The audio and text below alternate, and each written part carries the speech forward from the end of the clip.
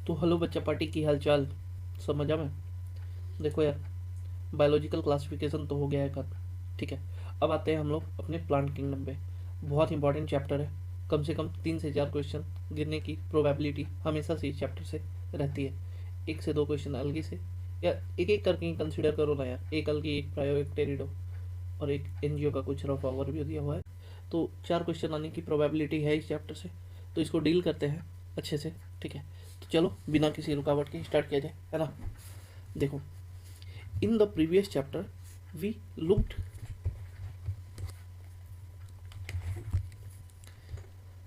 देखो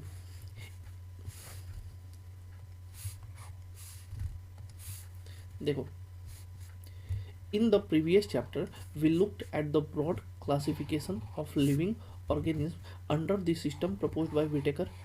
ये याद रखना, आर एच विटेकर ने कब दिया था? 1969 में, ठीक है। Okay, wherein he suggested the 5 kingdom classifications. कौन कौन सा था? पहला मोनेरा हो गया तुम्हारा, दूसरा प्रोटिस्टा हो गया, तीसरा फंजाई हो गया, चौथा एनिमेलिया हो गया और पांचवा प्लांटी हो गया। इन सब में उसने करा था। चलो, ये तो हुई हमारे एनसीईआरटी की बात, बट कुछ चीज़ें जो हमें जानना जरूरी है वो मैं तुम्हें पहले नोट करवा देता हूँ। क्या? देखो, अगर मैं तुमसे पूछूं कि प्लांट को जो कैटेगराइज किया गया है 3 पार्ट में, क्या क्या? ट्री, श्रब्स एंड हर्ब्स, ये क्लासिफिकेशन किसने किया? आंसर दो। तो ये क्लासिफिकेशन किया था हमारे अरिस्टोटल साहब ने। किसने? अरिस्टोटल साहब ने। तो Aristotle categorised into tree, shrubs and herbs. ये तो हो गया एक तरीका। दूसरा, इसी प्लांट को एक और कैटेगरी में हम लोग कंसीडर करते हैं, वो है हमारा प्लांट एनुअल है, बाइनियल है या फिर पेरेनियल है। मीन्स एक साल में एक बार फसल देगा तो एनुअल, 2 बार देगा तो बाइनियल, एंड अगर उसको फसल देने में ज़्यादा टाइम लगता है तो फिर वो पेरेनियल। कोई दिक्कत? तो देखो, अच्छा, तो इसे एनुअल, बाइनियल और पेरेनियल में किसने कन्वर्ट करा था? तो वो थे हमारे थियोफ्रेस्टस साहब। कौन? थियोफ्रेस्टस। थियोफ्रेस्टस। इन्होंने क्या करा? तो इन्होंने categorised into annual,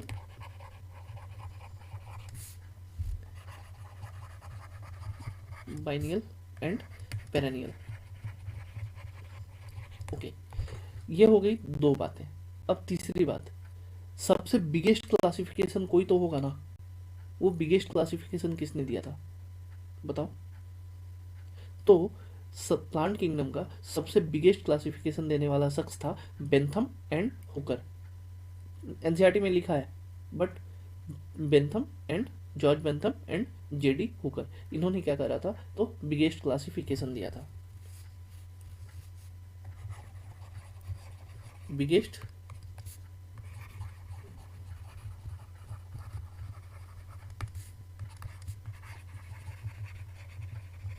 Bentham and Hooker.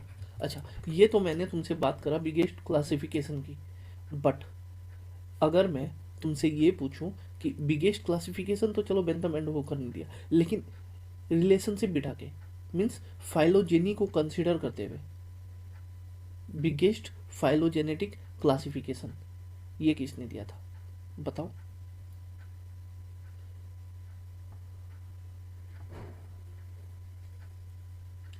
तो ये थे हमारे ओसवाल्ड टिप्पो साहब। कौन? ओसवाल्ड टिप्पो।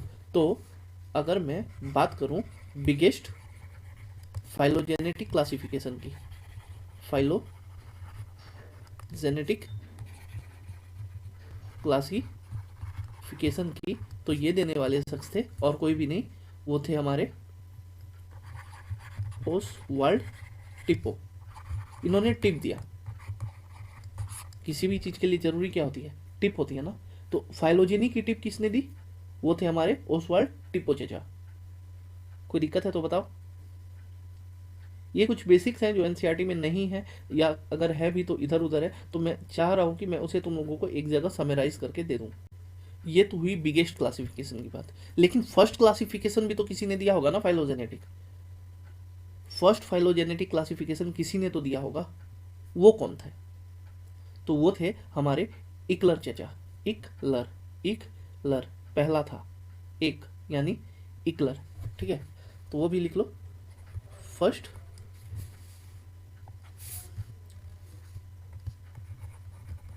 फाइलोजेनेटिक क्लासिफिकेशन, ये कौन दिया था? तो ई डब्ल्यू इकलर, इन्होंने दिया था फर्स्ट फाइलोजेनेटिक क्लासिफिकेशन। यार इसमें मेन चीज़ रटने वाला ही है, मैक्सिमम पॉइंट रटने वाला ही है, मेमोराइज करने वाला है। तो इसमें जितने ट्रिक्स बना के दूंगा, tricks banana is easy, but exam hall में तुम ट्रिक्स के बीच में फंस जाओगे यार। इस कारण से डायरेक्ट पॉइंट को कंसिडर करो ना, पॉइंट को याद करो ना। समझ आ रही है बात? तो चलो ये हो गया। अब आते हैं मेन मुद्दा पे। In this chapter we will deal in detail with further classification within kingdom Plantae, popularly known as plant kingdom. यहां तक में तो कोई रॉकेट साइंस है नहीं, आगे बढ़े क्या? तो we must stress here that our understanding of plant kingdom has changed over time. कैसे? तो देखो यार, सबसे पहले हम लोग ब्लू ग्रीन अलगी को कहाँ रखे थे? प्लांट किंगडम में रखे थे। क्यों? क्योंकि उसके पास सेल वॉल था। पहले सेल वॉल कंसिडर किया गया, एक पर्सपेक्टिव से बस देखा गया, तो उसे हम लोगों ने कहाँ रख दिया? उसे हम लोगों ने रखा प्लांट किंगडम में। बट जैसे ही हमें पता चला कि उसके सारे कैरेक्टर्स किससे मिलते हैं? मोनेरा से मिलते हैं, तो हमने उसे यहां से उठा के वहां पटक दिया, ठीक है। तो सिर्फ एक क्राइटेरिया को पहले हम लोग कंसिडर किए थे, बट जैसे जैसे हमारे पास नॉलेज आता गया, हम उनको अलग अलग डायरेक्शन में डालते चले गए, है ना। तो fungi and members of Monera and Protista having cell walls have not been excluded. पहले क्या था? फंजाई में भी देखे सेल वॉल है, प्रोटिस्टा में भी देखे सेल वॉल है, और प्लांट किंगडम में तो सेल वॉल होता ही है, तो बस सेल वॉल को कंसिडर करके एक में डाल दिए। बट जैसे ही नॉलेज और खुला, सेल वॉल में भी जब डिफ्रेंसिएशन हुआ कि अरे इसमें कौन सा सेल वॉल है, ये तो प्लांट किंगडम है, सेलुलोजिक सेल वॉल होगा। प्रोटिस्टा के कुछ मेंबर्स में भी सेलुलोजिक सेल वॉल है। तो इस तरह से जब हमने देखा, तो उसे हमने कैटेगराइज करा और उसे डिफरेंट डिफरेंट डायरेक्शन में पुट कर दिया, है ना।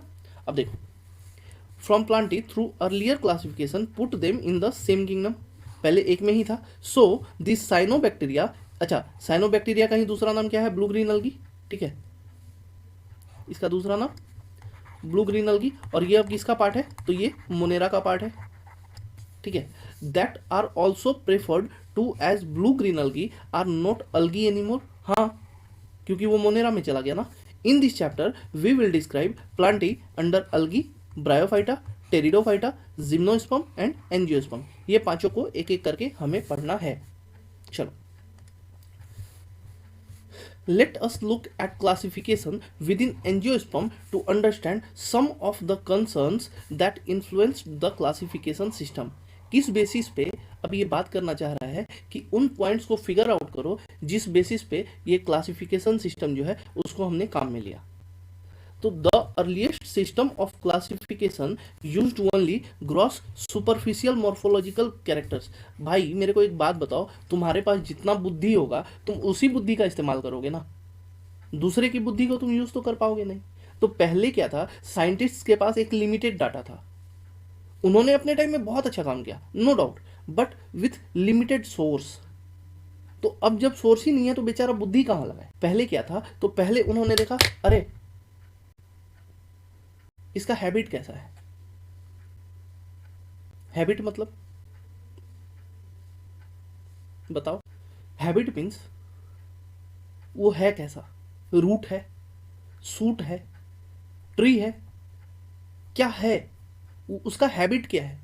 अच्छा, अब अगर हैबिट पता चल गई, फिर दूसरी चीज हम क्या कंसीडर करेंगे? वो है हमारा हैबिटेट। मीन्स जिम्नोस्पर्म नॉर्मली तुम्हें कहां मिलेंगे? माउंटेन्स पे मिलेंगे, है ना, कोल्ड एरियाज में मिलेंगे। वहीं अगर मैं अलगी की बात करूं तो कॉस्मोपॉलिटियन है, हर जगह मिल जाएगा। एंजियोस्पर्म भी मोस्टली हर जगह मिल जाएगा। बट क्या एंजियोस्पर्म पानी में मिलेगा क्या? मिलेगा, अगर मिलेगा, कुछ मिलेंगे, तो क्या उनकी अमाउंट इतनी है कि हम उन्हें वाटर हैबिटेट वाला कंसीडर करें? नहीं कर सकते ना। अगर मैं तुमसे बात करूं, सपोज करो कि किसी एक क्लास में 100 बच्चे हैं, उसमें से 95 बच्चों का अगर मार्क्स जो है वो 95% प्लस आ रहा है, तो उस क्लास का क्लास टीचर क्या बोलेगा? वो तो यही बोलेगा ना कि मेरे यहाँ की एक्यूरेसी 95% है, क्योंकि वो उन 5 को माइनस करके चलेगा, वो उनके बारे में बात ही नहीं करेगा, वो मेजोरिटी के बारे में बात करेगा। तो अगर मैं देख रहा हूं कि मेजोरिटी जो है वो लैंड पे रहने वाले हैं, वो लैंड पे रहते हैं, तो मैं इसे कैसे बोल सकता हूँ कि इसका हैबिटेट वाटर है? नहीं बोल सकता ना। तो उसी तरह 4 चीजें जो थी वो क्या थी? हैबिट, पहली पहली हैबिट इंपॉर्टेंट है, दूसरा कलर, तीसरा नंबर, मतलब लीव्स के कितने नंबर हैं और उनका शेप कैसा है। ये तुम अभी आने वाले चैप्टर प्लांट मॉर्फोलॉजी में पढ़ोगे, पिन्नेट शेप का है या पामेट शेप का है, किस शेप का है, ये तुम आगे पढ़ोगे। अभी यहाँ के लिए बस इतना नॉलेज काफी है, ठीक है। अब देखो, they were based mainly on vegetative characters और ऑन द एंड्रोसियम स्ट्रक्चर। तो अगर ये वेजिटेटिव कैरेक्टर की बात कर रहा है तो वो बात किसकी होगी? वेजिटेटिव कैरेक्टर जैसे रूट में हो सकता है, वेजिटेटिव कैरेक्टर ऑफ रूट हो सकता है, स्टेम हो सकता है, या फिर लीफ हो सकता है। और वहीं पे अगर मैं एंड्रोसियम स्ट्रक्चर की बात करूं तो एंड्रोसियम स्ट्रक्चर क्या है? This is the male reproductive system of plant. इसमें भी तुम आगे पढ़ोगे, एंथर होता है, फिलामेंट होता है, सारा कुछ होता है, बट वो अभी हमें उस पर्सपेक्टिव पे नहीं जाना। बस यही याद रखना है कि किस बेसिस पे था। तो पहला वेजिटेटिव कैरेक्टर और दूसरा स्ट्रक्चर ऑफ एंड्रोसियम। अब एंड्रोसियम का स्ट्रक्चर, कितने लोब होते हैं, बाइलोब्ड होता है, थीका कितने होते हैं, ये सारी चीजें तुम डिटेल में पढ़ोगे, तो उसका अभी चिंता मत करो, है ना। अब देखो, सच सिस्टम्स वेयर आर्टिफिशियल। अच्छा, अगर ये आर्टिफिशियल सिस्टम की बात कर रहा है तो आर्टिफिशियल सिस्टम को देने वाले कौन थे? लिनियस चेचा, ठीक है, लिनियस, कलर चेंज कर देता हूं यार, लिनियस चेचा थे जिन्होंने दिया था। They separated the closely related species since they were based on a few characteristics. कुछ कैरेक्टर को कंसीडर करा, ये मैं तुम्हें बायोलॉजिकल क्लासिफिकेशन में भी पढ़ा चुका हूँ डिटेल में, कि कुछ कैरेक्टर को कैरेक्टराइज करा, और उनके बारे में नॉलेज लिया और उसके बाद उसे कैटेगराइज कर दिया गया। Also the artificial system give equal weightage to vegetative and sexual character. सबसे बड़ा लोचा तो यही था भाई, तुम सेक्सुअल रिप्रोडक्शन को वेजिटेटिव से कैसे तोल सकते हो? वेजिटेटिव रिप्रोडक्शन कहीं पे भी पलटी मार सकता है, ठीक है, वो मौसम के अनुसार चेंज हो सकता है, वेदर के अनुसार वो चेंज हो सकता है, यानी कि ये एक टेम्पररी फेज है। टेम्परेचर से भी इफेक्ट हो सकता है, ह्यूमिडिटी से भी इफेक्ट हो सकता है, वेजिटेटिव है ना भाई। तो उसे तुम कैसे कंसीडर कर सकते हो? उसे तुम सेक्सुअल रिप्रोडक्शन, जो कि साला इनहेरिटेबल है, जो फुल्ली इनहेरिटेबल है, जो इंटरनल है, उससे तो तुम कंसीडर कर ही नहीं सकते, है ना।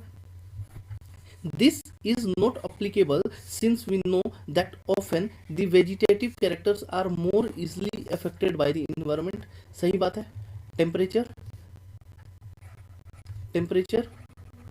चेंज हुआ, ये पलट गया, ज्यादा बरसात हो गई, ये पलट गया। तो इस तरह से तुम इसे कैटेगराइज तो नहीं कर सकते ना। As against this natural classification system किसने दिया था? J D Hooker, Bentham and Hooker ने, बेंथम एंड हुकर ने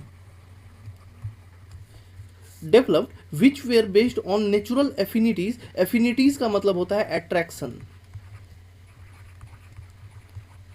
attraction among the organism and consider not only the external feature, बस बाहर को मत देखो, बट ऑल्सो इंटरनल फीचर। ये कौन थे? अपने जेडी हुकर चेचा थे, हुक्का पीने में माहिर, भरने में माहिर। तो जब इस टाइप के इंसान है तो वो सोचेंगे बहुत आध्यात्मिक तरीके से, और जब सोचा तो बहुत तगड़ा रिजल्ट निकाल के दे दिया। क्या दिया? तो वो सेक्सुअल रिप्रोडक्शन को अलग कंसीडर करा भाई साहब, ठीक है। तो लाइक अल्ट्रा स्ट्रक्चर क्या करा? अंदर जाके अल्ट्रा स्ट्रक्चर देखा, अनाटमी देखी, ठीक है, कि किस टाइप का है, मोनोकॉट है, रूट अगर रूट ही है तो मोनोकॉट रूट है या डाइकॉट रूट है, स्टेम है तो मोनोकॉट है या डाइकॉट है, किस टाइप का है, ये उन्होंने एनाटॉमी को पढ़ा, एम्ब्रियोलॉजी को पढ़ा, मतलब सेक्सुअल एकम्प्लिशमेंट को पढ़ा, कैसे वो डेवलप होता है, समझ आ रही है बात, एंड फाइटोकेमिस्ट्री और उनके केमिकल्स को पढ़ा, जैसे ऑक्सिन है, साइटोकाइनिन है, ऑक्सिन का क्या रोल आएगा, साइटोकाइनिन का क्या रोल आएगा, गिबरेलिन का क्या रोल आएगा, इस तरह से उन्होंने हर एक चीज को कंसिडर करा और उसके बाद एक तगड़ा सा नेचुरल क्लासिफिकेशन निकाल के बाहर करा। किन्होंने? बेंथम एंड हुकर ने। Such a classification for flowering plant was given by George Bentham and JD Hooker, है ना, ये याद रखना। चलो एट प्रेजेंट अब आते हैं क्या, phylogenetic classification system based on evolutionary relationship. Phylogeny का मतलब ही होता है यार based on evolution, inheritable characters को ट्रीट करना, उनके बारे में जानना। तो phylogenetic classification system based on evolutionary relationship किसके बीच, तो various organism,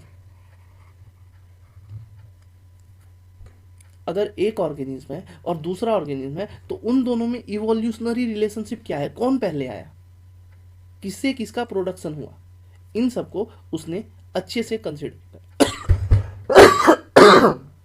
sorry this assumes that organism belonging to the same taxa have a common ancestor.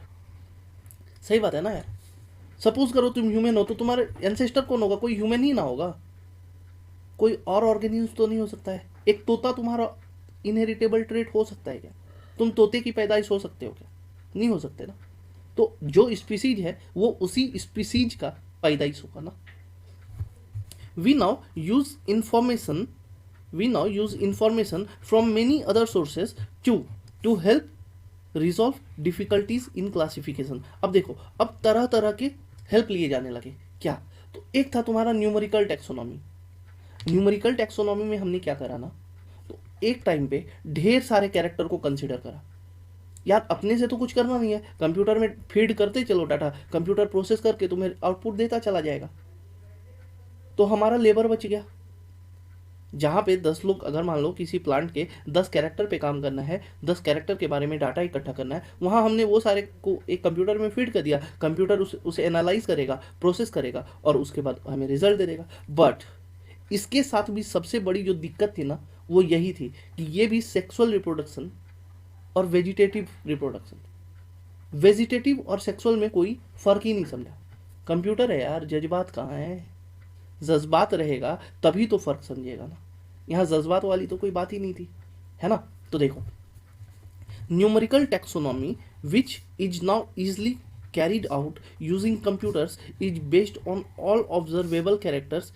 ठीक है, अच्छा, जो यहाँ पे एक इंपॉर्टेंट बात है वो ये है कि कंप्यूटर किस चीज़ में डील करता है, तो वो डील करता है नंबर्स एंड कोड्स में। हमें उसे एक कोड देना पड़ता है, कोई भी एक कैरेक्टरिस्टिक है उसे कोड देना पड़ेगा, वो कोड कंप्यूटर में फिट करना पड़ेगा और कंप्यूटर उस कोड को एनालाइज करके हमें रिजल्ट दे देगा। तो number and codes are assigned to all the characters and the data are then processed, और उसके बाद डाटा प्रोसेस किया गया। In this way, each character is given equal importance and at the same time, hundreds of characters can be considered. सही बात है यार, बता ही दिया कि एक टाइम में वो बहुत सारे को कंसिडर करेगा ना। Cytotaxonomy that is based on cytological information like chromosome number, structure, behavior, क्या साइटोटैक्सोनॉमी। साइटो मीन्स होता है सेल, ठीक है। तो अब सेल के अंदर होता है टिश्यू, टिश्यू में होता है न्यूक्लियस, सॉरी, सेल के अंदर होता है, प्लांट के पास होता है सेल, सेल के पास होता है न्यूक्लियस, न्यूक्लियस में होता है डीएनए, डीएनए में होता है क्रोमोसोम। तो उस क्रोमोसोम नंबर, जैसे मैं तुम्हें अगर एक एग्जांपल दूं तो ह्यूमन में कितने क्रोमोसोम है,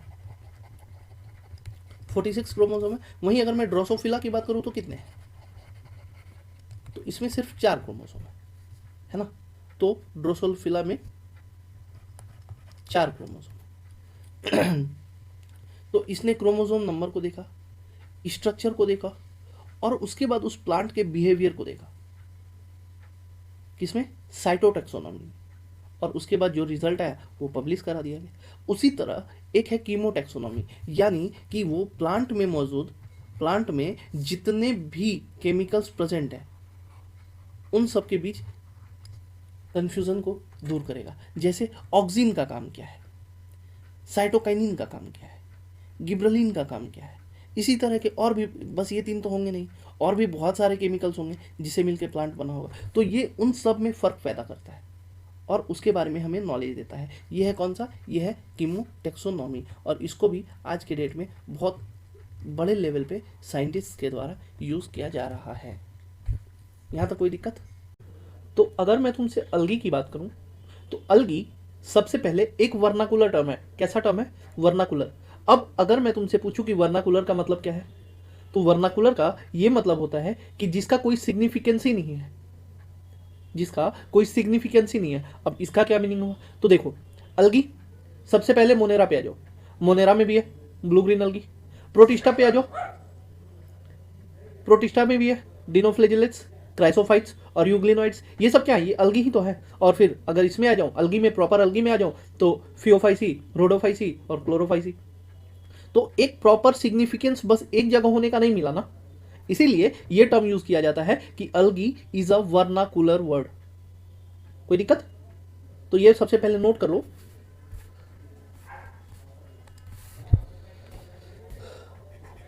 अलगी वर्नाक्यूलर वर्ड है। It means no systematic significance, कोई सिस्टमैटिक सिग्निफिकेंस ही नहीं है। अगर सिस्टमैटिक होता तो या तो एक में होता ना, या तो मोनेरा में होता, या प्रोटिस्टा में होता, या फिर अलगी में होता, लेकिन ये तो प्रेजेंट हर जगह है। ठीक है, अच्छा, जैसे कि इट इज प्रेजेंट इन, पहला मोनेरा, मोनेरा में कौन सा हो गया तुम्हारा, ब्लू ग्रीन अलगी। दूसरा प्रोटिस्टा, प्रोटिस्टा में तुम्हारा कौन कौन सा हो गया, तो chrysophytes, dinoflagellates and diatoms, sorry, and euglenoids.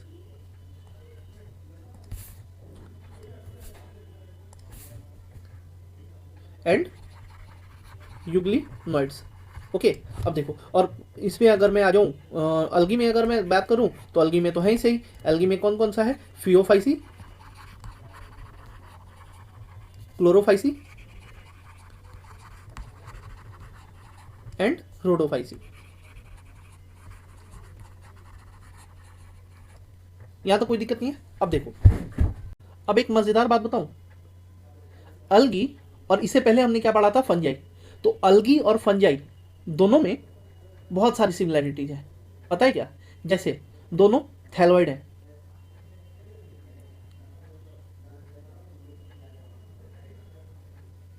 यानी ट्रू रूट, स्टेम और लीफ एब्सेंट है।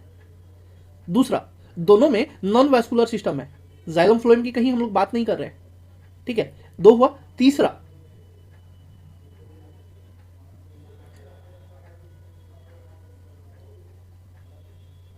दोनों का सेक्स ऑर्गन कैसा है, तो सिंगल, यूनिसेलुलर और नॉन जैकेटेड सेक्स ऑर्गन है, फंजाई में भी और अलगी में भी। है ना मजेदार? चौथा, अभी तो और भी है। चौथा, इन सब के बावजूद दोनों में कोई फाइलोजेनेटिक रिलेशनशिप एग्जिस्ट ही नहीं करता। हम ये नहीं कह सकते कि अलगी से फंजाई या फंजाई से अलगी, ये पॉसिबल ही नहीं है। तो no significance of phylogenetic relationship is present in between them. Okay.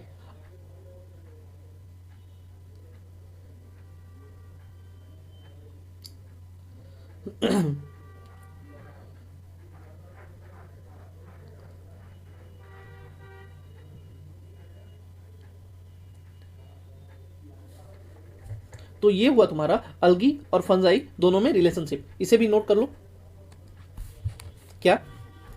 तो एल्गी एंड फंजाई दोनों कैसे हैं? दोनों थैलोफाइटा है, थैलोफाइट्स है, ठीक है। दूसरा, अच्छा दोनों दोनों थैलोफाइटा क्यों है? क्योंकि because both have thallus like non vascular system, vascular system. चलो ये हुआ। अब तीसरा, मैंने क्या बोला था? अगर मैं सेक्स ऑर्गन की बात करूं तो कैसे थे? Single, unicellular and non jacketed. But इसके बावजूद दोनों में हमें क्या देखने को नहीं मिला? तो but both do not have any phylogenetic relationship.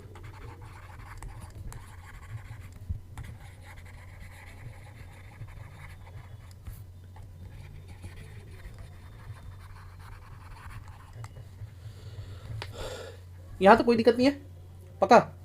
अब चलो, अब आते हैं एनसीईआरटी पे। तो algae are chlorophyll bearing, plant kingdom का सबसे पहला क्लोरोफिल बियरिंग यही है ना, कि नहीं है? याद करो। Simple, thalloid, autotrophic and largely aquatic, both fresh and marine organisms. क्या? तो सबसे पहले कैसा है? सिंपल है, मैंने बात किया। दूसरा थैलोइड है, यानी कि proper root, stem and leaves ये इसमें अब्सेंट है, ठीक है। थैलोइड का मतलब root, stem and leaves absent. True root, stem and leaves absent, ये हुआ थैलोइड का मतलब। अब ऑटोट्रॉफिक, ऑटोट्रॉफिक मतलब क्या? खुद से भोजन बनाने वाला, सबको पता है, 6th क्लास के बच्चे को भी पता है। And largely aquatic, both fresh water and marine organisms, ठीक है। अब एक और कमाल की बात बताऊं, जो मराइन स्पीसीज होते हैं ना, सिर्फ और सिर्फ वही बहुत बड़े हो सकते हैं। अब तुम पूछोगे क्यों? तो उसका रीजन है, क्या रीजन है? कि अगर उन्हें बहुत बड़ा होना है, बड़ा साइज में होना है, तो उसी रेशियो में उसे न्यूट्रिएंट भी तो चाहिए ना, और उस रेशियो में उसे न्यूट्रिएंट कहां मिलेगा? मराइन में ही तो मिलेगा ना, साल्ट वाटर में ही तो मिलेगा ना, क्योंकि बहुत सारा डाइवर्सिटी है वहां पे, ठीक है। तो इस कारण से ओनली मेराइन स्पीसीज जो होते हैं वो साइज में बहुत बड़े होते हैं। तुम नाम सुनोगे केल्प्स का, ठीक है। ये तुम्हारा ब्राउन अलगी, अभी मैं आगे डिस्कस करूंगा। तो ये क्या? ये सबसे बड़ा है, 70 फीट की ऊंचाई तक होता है। और ये होता क्यों है? क्योंकि ये मराइन है, ओके। अब देखो, they occur in a variety of other habitats. हाँ, ये बहुत इंपॉर्टेंट पॉइंट है। क्या? कि और जगह भी हो सकते हैं, यानी कि अलगी टेरेस्ट्रियल भी है एज वेल एज एक्वेटिक भी है, एपीफाइट भी है एज वेल एज एपिजोइक भी है। अब तुम पूछोगे एपीफाइट का मतलब क्या? तो epi means upon, phyte means plant, means plant के ऊपर रहने वाला। दूसरा एपिजोइक, एपिजोइक मीन्स क्या? तो जू मीन्स एनिमल, तो एनिमल के ऊपर एग्जिस्ट करने वाला। कोई दिक्कत? अब देखो कहां कहां ये रह सकते हैं। मॉइस्ट स्टोन पे रह सकते हैं, सॉइल्स में रह सकते हैं, वुड में रह सकते हैं। तो ये है इसका मेन काम। अब देखो, some of them also occur in association with fungi, जिसको हमने कहा लाइकेन, और दूसरा एनिमल्स के साथ, जिसको हमने कहा स्लॉथ बियर। जैसे स्लॉथ बियर पे भी ये रह सकता है। अभी मैंने बोला एपिजोइक, तो यहां पे लिख लो, ये है स्लॉथ बियर पे, तो यहां पे है एपिजोइक, ठीक है। और दूसरा है एपीफाइट। अब देखो, the form and size of algae is highly variable. कैसे? तो the size ranges from the microscopic unicellular form like Chlamydomonas to colonial form like Volvox and to the filamentous form like Ulothrix and Spirogyra. कैसे? तो क्लैमिडोमोनास बहुत छोटा, वॉल्वोक्स में क्या होता है? तो वॉल्वोक्स में वो ग्रुप में क्लम्प कर जाते हैं, मीन्स कॉलोनी बना लेते हैं, और उस कॉलोनी का नाम है सिनोबियम। ये अभी मैं लिखाऊंगा तुम्हें, ठीक है। वॉल्वोक्स में कॉलोनी फॉर्मेशन होता है, और उस कॉलोनी फॉर्मेशन को हम लोग बोलते हैं सिनोबियम, ठीक है, ओके। अब देखो, a few of the marine form such as kelps, इसी की मैंने बात की थी, फॉर्म्स मैसिव प्लांट बॉडी। कौन सा फॉर्म है? तो मराइन फॉर्म है। और मराइन ही क्यों? तो मराइन इसलिए because nutrition present in proper amount, large amount. ठीक है बच्चों, अब देखो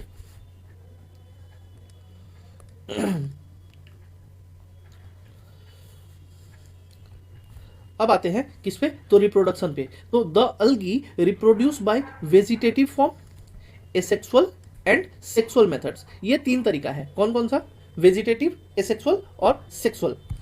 एक हुआ तुम्हारा वेजिटेटिव रिप्रोडक्शन कैसे, बाइनरी फिजन से, और दूसरा हुआ तुम्हारा कैसे, तो फ्रेगमेंटेशन से। फ्रेगमेंटेशन से होने का मतलब कि एक किसी भी एक बॉडी पार्ट से उसका पूरा का पूरा बॉडी रीजेनरेट कर जाना। तो ये दोनों टाइप हो गए तुम्हारे वेजिटेटिव के, और एसेक्सुअल भी बोल लो, कोई दिक्कत नहीं है। तो वेजिटेटिव रिप्रोडक्शन में मैं लिख देता हूं क्या क्या, पहला बाइनरी फिजन और दूसरा फ्रेगमेंटेशन। अब यहां जो नोट करने वाली बात है वो ये है कि बाइनरी फिजन सिर्फ और सिर्फ यूनिसेलुलर अलगी में पाया जाएगा। कहां पाया जाएगा, यूनिसेलुलर अलगी में पाया जाएगा, कौन, बाइनरी फिजन। वहीं अगर मैं फ्रेगमेंटेशन की बात करूं तो फ्रेगमेंटेशन जितने भी फिलामेंटस अलगी हैं उन सब में क्या पाया जाएगा, तो फ्रेगमेंटेशन पाया जाएगा। ये नोट कर लो, क्या बाइनरी फिजन में क्या होगा, कहां पे होगा, ओनली इन यूनिसेलुलर अलगी। और वहीं अगर मैं फ्रेगमेंटेशन की बात करूं तो ये कहां पे होगा, तो ये होगा तुम्हारा इन ऑल फिलामेंटस अलगी, है ना। अब देखो लिखा भी है क्या, vegetative reproduction is by fragmentation. Fragmentation का मतलब मैंने अभी तुम्हें बता दिया, किसी एक पार्ट से पूरे बॉडी का रीजनरेट हो जाना। Each fragment develops into a thallus, उसे क्या बना तुम्हारा, एक थैलस बना, उसे क्या बना तुम्हारा, एक थैलस बना। अब देखो asexual reproduction is by production of different types of spores. पहले भी बात कर चुके हैं, जू स्पोर हुआ, ए प्लानो स्पोर हुआ, ठीक है। अब यहां पे जो सबसे इंपॉर्टेंट बात है वो ये है कि एकाइनेट फॉर्मेशन होता है।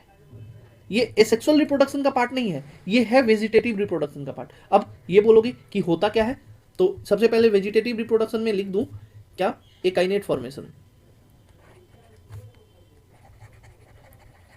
एकाइनेट फॉर्मेशन।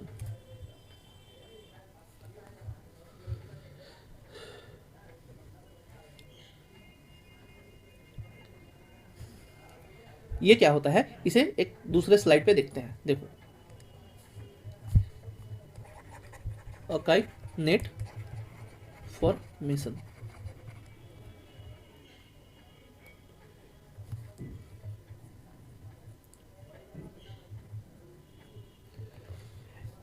एकाइनेट फॉर्मेशन में क्या होता है, तो ये जो तुम्हारा वेजिटेटिव सेल है ना, अगर अनफेव कंडीशन आया, अगर अनफेवरेबल कंडीशन आ गया तो वो क्या करेगा, तो वो अपने आप को राउंड कर लेगा। उसके जो फिलामेंट है वो प्लस जो बॉडी है वो अपने आप को राउंड कर लेगा, ठीक है। और जैसे ही राउंड करेगा तो वो क्या करेगा, जो भी उसका वाटर होल्डिंग कैपेसिटी था उसको वो लूज कर देगा।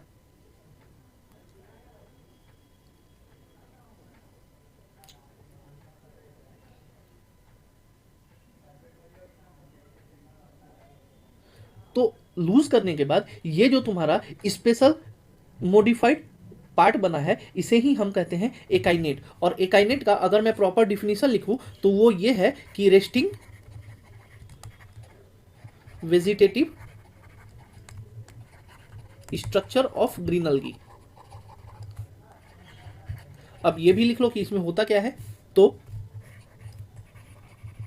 During unfavourable condition vegetative cells and filament lose water and contract to become round and oval. यही जो स्ट्रक्चर बना इसे ही हम कहते हैं क्या, इसे ही हम कहते हैं एकाइनेट, ठीक है, कोई दिक्कत। तो this specially modified vegetative cell is known as एकाइनेट।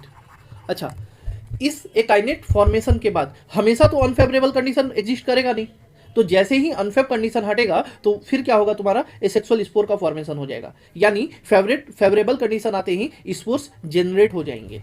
After during favourable condition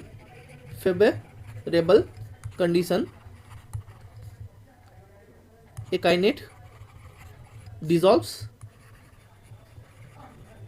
and spore formation occur. ये सारी चीजें एनसीईआरटी में लिखी नहीं है, बट समझना जरूरी है, ठीक है, कि अनफेव कंडीशन में, यार अनफेव कंडीशन तो सबके साथ आता है ना, तो अगर इनके साथ आया तो फिर ये बेचारे क्या करेंगे, है ना। अब आते हैं फिर वापस अपनी एनसीईआरटी पे, तो देखो asexual reproduction is by production of different type of spore. कौन कौन सा, तो the most common being the zoo spore. सबसे कॉमन कौन सा है, जू स्पोर। ये कैसा होगा, जू यानी मोटाइल होगा, ठीक है। They are flagellated. अच्छा, फ्लैजेला भी है, मोटाइल है तो यार मोटाइल क्यों है, क्योंकि उसके पास फ्लैजेला प्रेजेंट है तभी तो वो मोटाइल है ना। And on germination gives rise to new plants. और जर्मिनेट करके कैसा बनेगा, स्पोर से फिर नया प्लांट बॉडी डेवलप हो जाएगा। ओके, अब देखो sexual reproduction takes place through fusion of two gametes. सब जानते हैं यार, these gametes can be flagellated and similar in size. कैसा होगा, अगर फ्लैजेला प्रेजेंट है, ठीक है, और सिमिलर इन साइज है, फ्लैजेला को मारो गोली। पहले जानते हैं अगर सिमिलर इन साइज है तो उसको क्या बोलेंगे, आइसोगैमी बोलेंगे। डिसिमिलर इन साइज है तो उसको क्या बोलेंगे, एनाइसोगैमी बोलेंगे। बट अगर डिसिमिलर इन साइज है और male motile and female immotile है तो उस कंडीशन को क्या बोलेंगे, उसको उगैमी बोलेंगे, ठीक है। ये सब जानते हैं, पहले भी डिस्कस कर चुका हूं बायोलॉजिकल क्लासिफिकेशन में, कोई नई बात बता नहीं रहा हूं। अच्छा, इसका एग्जाम्पल क्या है, तो सबसे पहले तुम्हारा एग्जाम्पल है एज इन क्लैमिडोमोनास, ठीक है। और ये तो हो गया फ्लैजिलेटेड की बात। नॉन फ्लैजिलेटेड यानी कि non motile but similar in size, यानी कि किसकी बात कर रहा है, एन आइसोगैमी की बात कर रहा है। तो ये कौन सा हो गया, स्पाइरोगायरा हो गया तुम्हारा, ठीक है। Such reproduction is called isogamous.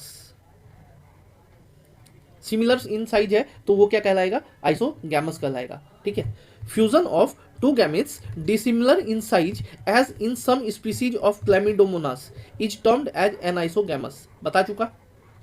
Fusion between one large non motile static female कैसी है, तो बड़ी है साइज में, ठीक है, तो एनाइसोगैमी तो वैसे ही हो गया। एंड नॉन स्टैटिक है, मतलब सॉरी नॉन मोटाइल है, मतलब कि इमोटाइल है। और मेल कैसा हुआ, gamete and a similar motile male gamete. Male gamete कैसा है, स्मॉल है बट मोटाइल है। तो इस कंडीशन को हम क्या कहते हैं, इसे हम कहते हैं उगैमस। तो उगैमस में दो एग्जांपल तो इसमें दे रखे हैं, एक और तुम ये भी याद रख लो, कैरा एंड सार्गासम। ये एनसीईआरटी के एग्जांपल है बट यहां नोट नहीं रखा लेकिन आगे बता रखा है, ठीक है। तो कैरा एंड सार्गासम भी जो है वो कैसा है, तो वो उसमें भी तुम्हारा क्या होता है, उगैमस होता है, ठीक है। एक और बात जो जानने वाली है वो ये है कि क्लैमिडोमोनास, देखो इसने आइसोगैमी में तो क्लैमिडोमोनास लिख ही दिया, एनाइसोगैमी में लिख ही दिया, बट क्लैमिडोमोनास एक सिंगल स्पीसीज है जो आइसोगैमी भी करता है, एनाइसोगैमी भी करता है और उगैमस कंडीशन में भी वो रहता है। सिंगल स्पीसीज क्लैमिडोमोनास है, ये याद रखना। चलो, अच्छा ये तो हुआ बात। अब देखो अब होता क्या है, थोड़ा सा तुम्हें आगे लेके चलता हूँ। अलगी और ब्रायो के सेक्सुअल रिप्रोडक्शन में थोड़ा सा एक डिफरेंस बताता हूँ क्या है। देखो अलगी का जो सेक्सुअल रिप्रोडक्शन है, तो अगर सेक्सुअल रिप्रोडक्शन हो रहा है तो उसके पास सेक्स ऑर्गन्स भी होने चाहिए ना। तो अलगी के जो सेक्स ऑर्गन्स है वो कैसे है, unicellular and non jacketed. Jacket नहीं है उसके पास, प्रोटेक्शन नहीं है उसके पास। बट वहीं अगर मैं, अच्छा एक और बात, वो क्या, तो अलगी तक जो तुम्हारा मेल सेक्स ऑर्गन है उसे हमने क्या कहा, एंथीरिडियम कहा, और फीमेल सेक्स ऑर्गन को हमने क्या कहा, उगोनियम कहा। बट जैसे ही हम कहाँ चले जाएंगे, हम जैसे ही जाएंगे ब्रायोफाइटा में, तो मेल सेक्स ऑर्गन को तो यही कहा जाएगा, archegonium. But male sex organ को तो यही कहा जाएगा antheridium, but female sex organ को क्या कहा जाएगा, उसे आर्किगोनियम कहा जाएगा, जो कि कैसा होगा, मल्टी सेलुलर एंड जैकेटेड होगा। क्या होगा, मल्टी सेलुलर एंड जैकेटेड होगा। ये तो मैंने तुमसे बात कर दी ब्रायोफाइटा में, बट अल्गी में भी एक ऐसा एक्सेप्शन प्रेजेंट है जिसमें फीमेल सेक्स ऑर्गन कैसा होता है, तो वो मल्टी सेलुलर और जैकेटेड होता है। और वो एग्जाम्पल कौन सा है अपना, वो एग्जाम्पल है अपना कैरा का। तो ये एक्सेप्शन लिख लो क्या, कि एक्सेप्शन, नहीं मैं फ्रेश पेज पे ही लिख देता हूं, है ना।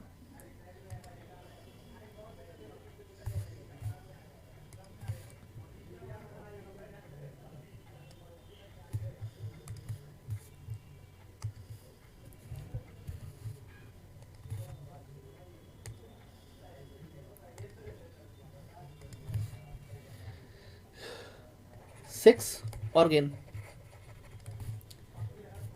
मेल कौन है, एंथ्रीडियम। ये कैसा होता है, unicellular and non jacketed, non jacketed. अच्छा, फीमेल को हम क्या बोले, फीमेल को हमने बुलाया उगोनियम, और इसका ये कैसा होता है, वो होता है multicellular and jacketed. Okay, but exception है इसका multicellular and non jacketed, sorry यार,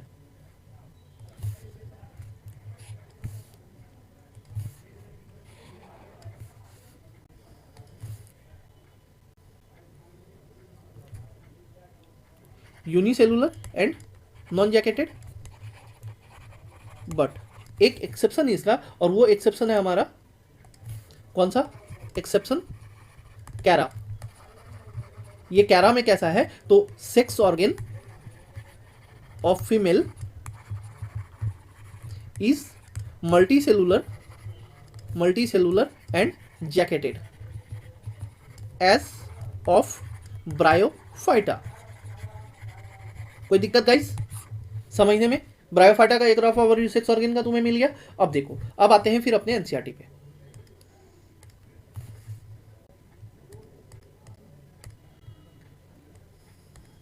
तो एनसीईआरटी में कुछ डायग्राम्स दे रखे हैं।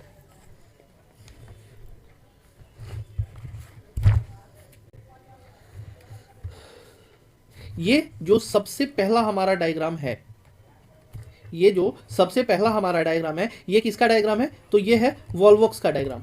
अच्छा, मैंने तुमसे पहले ही बात की थी, वॉल्वॉक्स कैसे रहता है, तो कॉलोनी बना के रहता है, और उस कॉलोनी को क्या कहते हैं, सिनोबियम कहते हैं। तो ये लिख लो यहां, Volvox colonial algae, colony known as coenobium.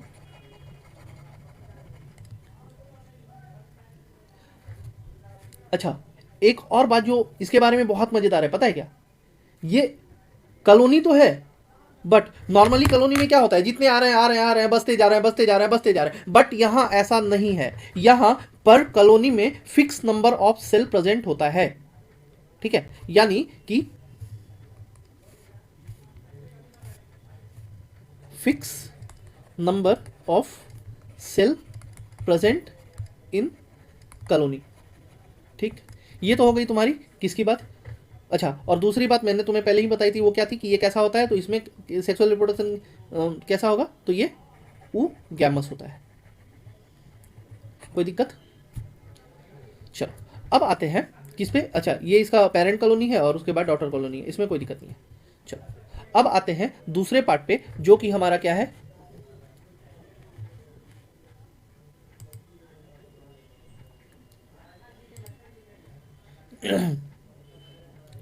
अब आते हैं दूसरे पार्ट पे, और वो पार्ट हमारा क्या है, इसे क्या बुलाते हैं, तो ये है हमारा क्लैमिडोमोनास।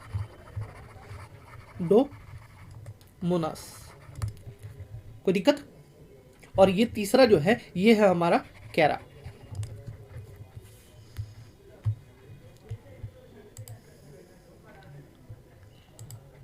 कैरा के बारे में मैंने अभी तुम्हें बताया क्या, कि multi cellular and jacketed sex organ present है ना। चलो अब इसमें ये इसके ब्रांचेज हो गए और ये इसका मेन एक्सिस हो गया, इसमें कोई जानने वाला नहीं है, ठीक है। ओके, क्लैमिडोमोनास के बारे में जो बातें जानने वाली हैं वो क्या है, तो क्लैमिडोमोनास सबसे पहले ये तुम्हें जो दिख रहा है ना, ये इसका फ्लैजिला है, यानी कि ये कैसा है, ये बाइफ्लैजिलेट कंडीशन में रहता है। और इसका शेप कैसा है, तो ये देखो, ये एक कप शेप फॉर्म कर रहा है ना, तो शेप कैसा हो गया इसका, कप शेप हो गया, ठीक है। ओके,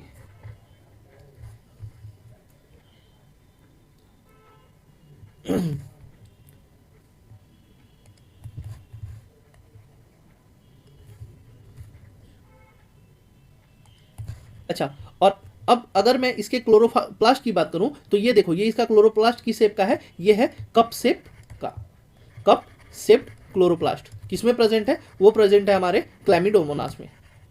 ओके, कोई दिक्कत, पक्का। ये मैंने तुमसे बात कर ली ग्रीन एल्गी की। ओके, अब चलो, अब आते हैं जो हम ये example green algae, brown algae और रेड एल्गी का दिया है, बट कोई ना, मैं डिस्कस कर लेता हूं यहीं पे। ये देखो, ये जो एग्जांपल है ये दिया हुआ है तुम्हारा लैमिनेरिया का, ठीक। ये जो एग्जांपल है ये दिया हुआ है तुम्हारा किसका, ये जो एग्जांपल है ये है तुम्हारा फ्यूकस का, और ये जो एग्जांपल है ये है तुम्हारा डिक्टियोटा का। ओके, चलो, अब मैं अगर तुमसे लैमिनेरिया की बात करूं तो लैमिनेरिया एक ऐसा ब्राउन अलगी है। सबसे पहली बात, ब्राउन अलगी में क्या होता है, ब्राउन अलगी बहुत बड़े साइज का होता है, और बहुत बड़े साइज का क्यों होता है, क्योंकि उसे न्यूट्रिशन बहुत अच्छे अमाउंट में मिलता है। न्यूट्रिशन बहुत अच्छे अमाउंट में क्यों मिलता है, क्योंकि वो पाया कहाँ जाता है, मोस्टली मराइन होता है ना। फ्रेश वाटर की इतनी औकात ही नहीं है कि वो उसका उतना न्यूट्रिएंट प्रोड्यूस करा सके, प्रोवाइड करा सके जितना उसे मैराइन, क्योंकि वहाँ बायोडाइवर्सिटी है यार। ओके, तो अब वहाँ क्या होगा, वहाँ डेड एंड डिकेड ऑर्गेनिल्स भी मरेंगे ना। तो जब डेड एंड डिकेड ऑर्गेनिल्स वहाँ पे ये एक्यूमुलेट होंगे, जब ऑर्गेनिज्म मर के वहाँ पे एक्यूमुलेट होगा तो उससे क्या मिलता है, उससे निकलता है फॉस्फोरस, और ये लैमिनेरिया वहीं ग्रो करता है, इसलिए laminaria is a good source of iodine.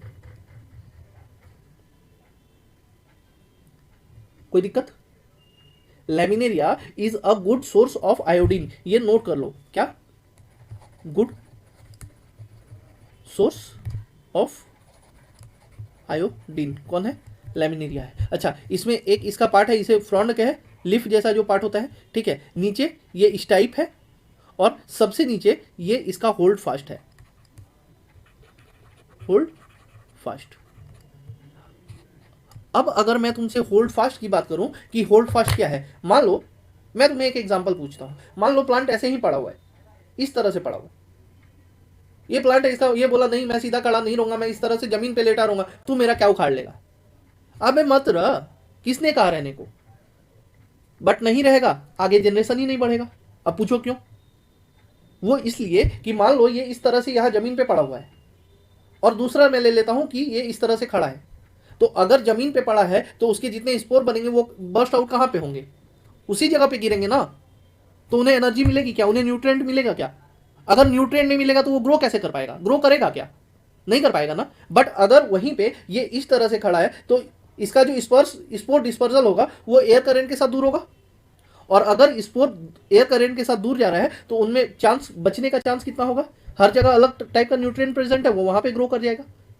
समझ आ रही है, तो ये होल्ड फास्ट का काम क्या है, ये होल्ड फास्ट उसे स्ट्रेट खड़ा रहने में मदद करता है। ओके, चलो, अब आते हैं अपना दूसरा एग्जांपल जो कि हमारा किसका, फ्यूकस का। इसमें क्या है,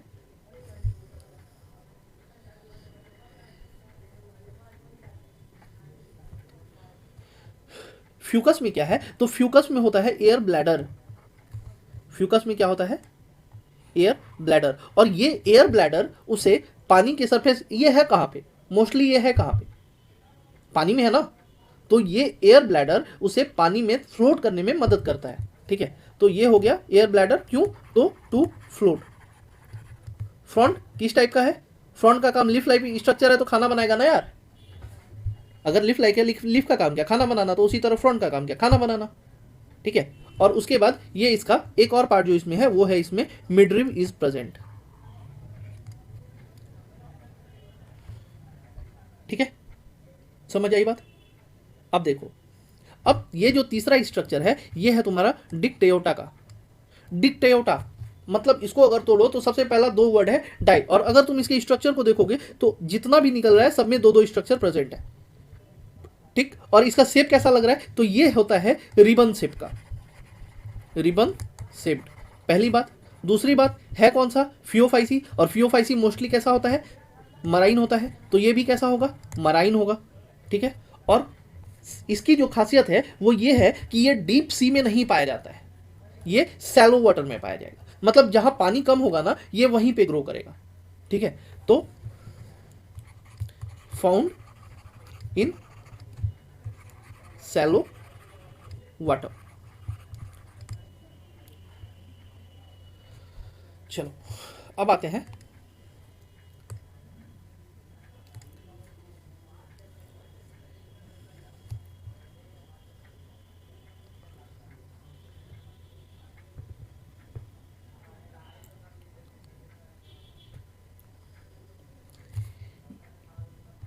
ये है तुम्हारा रेड एल्गी का एग्जांपल, क्या क्या, तो पोरफायरा और दूसरा पॉलीसिफोनिया, है ना। यहां तक कोई दिक्कत। अब चलो अब आते हैं नेक्स्ट पेज पे, क्या है, तो अब जनरल इंफॉर्मेशन क्या, algae are useful to man in variety of ways, क्या क्या भैया, तो at least a half of the total carbon dioxide fixation on earth is carried out by algae। सोचो यार,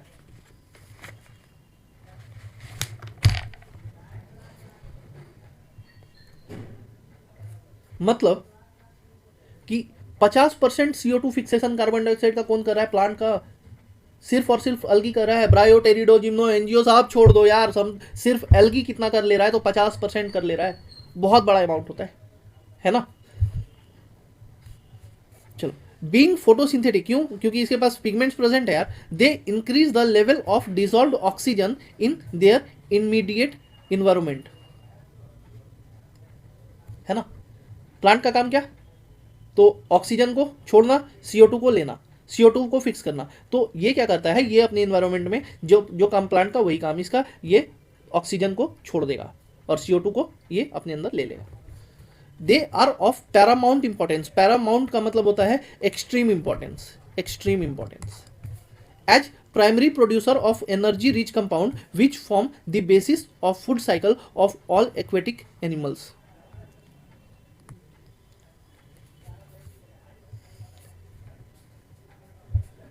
मतलब क्या, ये एनर्जी प्रोवाइड कराता है यार, ठीक है। जितने दूसरे जितने भी ऑर्गेनिज्म वहां सस्टेन कर रहे हैं उनके लिए एनर्जी का बहुत अच्छा सोर्स है ना। Many species of Porphyra, Laminaria and Sargassum, ये किसका एग्जांपल है, सारा, तो पोरफायरा तुम्हारा किसका एग्जांपल हो गया, ये हुआ रेड एल्गी का एग्जांपल, और लेमिनेरिया और सारगासम ये किसका एग्जांपल हुआ, ये तुम्हारा हुआ ब्राउन एल्गी का एग्जांपल, है ना। आर एमोंग दिस 70 स्पीसीज, ये याद रखना, ये नंबर इंपॉर्टेंट है, of marine algae used as food, मतलब कि कितना marine algae, 70%, 70 species marine algae का, टोटल 70 स्पीसीज हम लोग यूज करते हैं, उसमें से पोरफायरा, लेमिनेरिया और सारगासम भी है ना। अब देखो, certain marine brown and red algae produce large amount of hydrocolloids, जैसे अल्गिन जो कि एक ब्राउन अल्गी है, और कैराजिन जो कि यूज होता है कॉमर्शियली, ठीक है। क्या, हाइड्रोकोलाइड्स मतलब वाटर होल्डिंग कैपेसिटी, इनके पास क्या है, अल्गिन क्या क्या होता है, अगर ये देखो, ये मैंने इसमें डाल रखा है अगर, है ना। अब इसके पास क्या है, इसके पास वाटर होल्डिंग कैपेसिटी है, ये अपने वाटर एब्जॉर्ब करके फूल जाता है, ठीक है। इसमें गौर से देखो, ये प्रेजेंट है ना। तो ये क्या हुआ है, क्या, अगर ब्राउन अल्गी है, ठीक है, बट इनके पास वाटर होल्डिंग कैपेसिटी है। तो अब मान लो हमें किसी सामान को कहीं दूर भेजना है, तो हो सकता है बरसात का मौसम हो सकता है कोई और मौसम हो, तो उन सब में हो सकता है मॉइस्चर ही हो, बहुत ज़्यादा प्रेजेंट हो, तो उस मॉइस्चर को होल्ड करके ताकि हमारा प्रोडक्ट खराब ना हो, ये उसके प्रोडक्ट शिपिंग में काम आता है, ओके। इसीलिए इसका यूज कॉमर्शियल पर्पज के लिए किया जाता है। अब देखो, अगर one of the commercial products obtained from Gelidium and Gracilaria, बहुत इंपॉर्टेंट है भाई, रेड एल्गी है, ये रेड एल्गी है, are used to grow microbes and in preparation of ice creams and jellies. मतलब कि हम लोग, अगर मैं तुमसे क्वेश्चन पूछूं आइसक्रीम और जेली का प्रोडक्शन कौन सी एल्गी के द्वारा होता है, तो तुम्हारा आंसर होगा रेड एल्गी। और अगर मैं पूछूं रेड एल्गी का कौन सा है जो इसमें मदद करता है, तो तुम्हारा आंसर होगा जेलिडियम और ग्रासिलेरिया। कोई दिक्कत? अब देखो क्लोरेला, ये तो हो गई वाटर होल्डिंग कैपेसिटी की बात, आइसक्रीम बनाने की बात। अच्छा, अब कुछ मान लो स्पेस रिसर्च करने के लिए स्पेस ट्रैवलर्स जाते हैं, अब उन्हें भी तो वहां भोजन चाहिए, तो वो चावल दाल लेके थोड़ी ना जाएंगे यार, पॉसिबल ही नहीं है ना। तो वो क्या करते हैं, तो वो लेके जाते हैं क्लोरेला को, वो लेके जाते हैं स्पाइरुलिना को। तो क्लोरेला और स्पाइरुलिना एक ऐसा सब्सटेंस है जो कि स्पेस ट्रैवलर के द्वारा यूज किया जाता है। ओके, क्योंकि ये बहुत ज्यादा प्रोटीनेशियस होता है, उन्हें प्रोटीन की कमी ही महसूस नहीं होती, इसमें इतना प्रोटीन होता है। वहां भी उन्हें सस्टेन तो करना ही है ना, शरीर की जो न्यूट्रिएंट सप्लाई है वो भी तो डिफेक्टेड नहीं होनी चाहिए ना, तो इसलिए वहां पे वो लोग क्लोरेला और स्पाइरुलिना ये दोनों को यूज करते हैं। तो देखो Chlorella and Spirulina are unicellular, ये बहुत इंपॉर्टेंट है। ये कैसा है, दोनों अलगी कैसा है, तो ये यूनिसेलुलर अलगी है, ठीक है। Rich in proteins and rich in proteins, ये भी याद रखना, and are used as food supplement even by space travellers, ठीक। ओके, अब अलगी को हमने 3 पार्ट में क्लासिफाई किया है, कौन कौन सा, क्लोरोफाइसी, फियोफाइसी एंड रोडोफाइसी। मतलब ग्रीन एल्गी, ब्राउन एल्गी और red algae, green algae, brown algae और रेड एल्गी।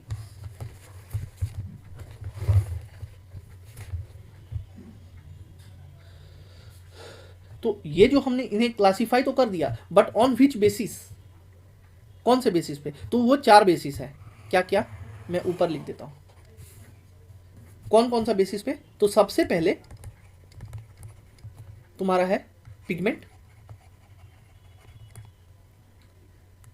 जैसे क्लोरोफिल, ग्रीन एल्गी में कौन कौन सा, क्लोरोफिल ए और बी, ब्राउन एल्गी में कौन कौन सा, क्लोरोफिल ए और सी, और रेड एल्गी में कौन सा, तो क्लोरोफिल ए और डी। ये सारा अभी एक एक करके देखेंगे, टेंशन मत लो, बस ऐसे ही बता रहा हूं, ठीक है। तो सबसे पहला हो गया तुम्हारा पिगमेंट के बेसिस, दूसरा हो गया तुम्हारा सेल वॉल फॉर्मेशन के बेसिस पे, सेल वॉल फॉर्मेशन के बेसिस पे, तीसरा हो गया तुम्हारा किस बेसिस पे, तो फूड स्टोर्ड, और चौथा हो गया तुम्हारा सेक्सुअल रिप्रोडक्शन के बेसिस पे। अच्छा, अब अगर मैं तुमसे सवाल करूं कि chlorophyll algae is divided into 3 classes on the basis of, पहला पिगमेंट, दूसरा सेल वॉल फॉर्मेशन, तीसरा फूड स्टोर और चौथा ऑल ऑफ दीज, तो तुम्हारा आंसर क्या जाएगा, ऑल ऑफ दीज। बट वहीं अगर मैं तुम्हें दे दूं ऑप्शन कि पहला पिगमेंट, दूसरा सेल वॉल फॉर्मेशन, तीसरा स्टोर्ड फूड, चौथा सेक्सुअल रिप्रोडक्शन, तो इसमें तुम्हारा आंसर क्या जाएगा, सेक्सुअल रिप्रोडक्शन। गलत जवाब, सेक्सुअल रिप्रोडक्शन नहीं भाई, जिस लाइन में लिखा है ना उस लाइन में, मीन्स सबसे पहले क्लासिफाई किया गया पिगमेंट के बेसिस पे, उसके बाद क्लासिफाई किया गया सेल वॉल फॉर्मेशन के बेसिस पे। तो ये जो पहला, दूसरा, तीसरा और चौथा है ना, इसी सीक्वेंस में इसे क्लासिफाई किया जाएगा।